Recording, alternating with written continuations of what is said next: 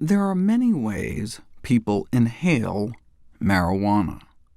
Most people smoke it, either in a bowl, pipe, joint, or bong. This is concerning, since in many ways smoke is smoke, and using a bong doesn't help in terms of the tar exposure. Where there's fire, there's smoke, and where there's smoke, there's inflammatory irritants. In fact, the regular smoking of cannabis is associated with the kind of airway inflammation you see in the lungs of cigarette smokers, which can result in prolonged respiratory symptoms such as chronic coughing, excess sputum production, wheezing, and shortness of breath, as well as an increased incidence of bronchitis and other respiratory infections. In many ways, smoke is smoke, whether it's from burning plants in a forest fire or burning plants in a joint or cigarette.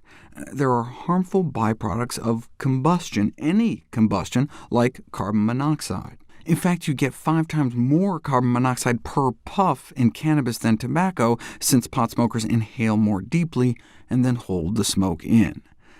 Now, you can avoid that completely by eating cannabis instead, but the slow, erratic drug absorption doesn't give the same kind of immediate high. Inhaling cannabis vapor, however, could potentially offer the best of both worlds, giving the same kind of high in terms of subjective ratings compared to smoking it, but with significantly less carbon monoxide exposure. So similar effects with fewer toxic byproducts, though not necessarily all toxic byproducts. Both cannabis smoke and just vapor can evidently contain high concentrations of ammonia, and sometimes vapor can be even worse. So yeah, vapor has less tar, but may have more ammonia. This was with a direct heat vaporizer, the so-called Blue Meanie. Using a hot air vaporizer, like the Volcano brand, results in ammonia levels in your bloodstream more comparable to smoking it. But the only reason we care about contaminants is we're trying to cut down on the inflammation. Does cannabis vapor produce fewer respiratory symptoms than smoke? According to this study, the first of its kind, yes.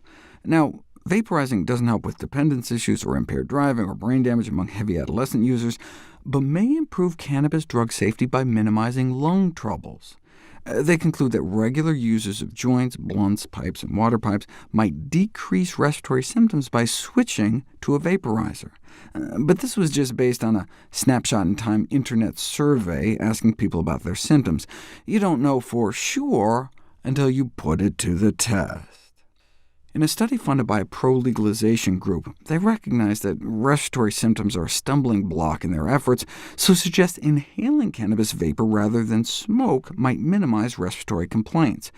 So they had 20 frequent cannabis smokers with respiratory symptoms switch over to using a vaporizer instead for a month, and those that didn't happen to fall ill with respiratory illness during that period experienced a significant improvement in their respiratory symptoms.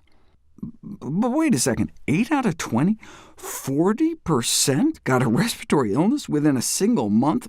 That doesn't sound good. And indeed, it's something they noted. Additionally, the self-reported improvements may have been tinged with bias, as smokers might think such results might be good for the cause. This may have backfired, though, as there are calls in the medical literature to just legalize smokeless forms, or at least set it up so that smoked marijuana is more heavily taxed or something.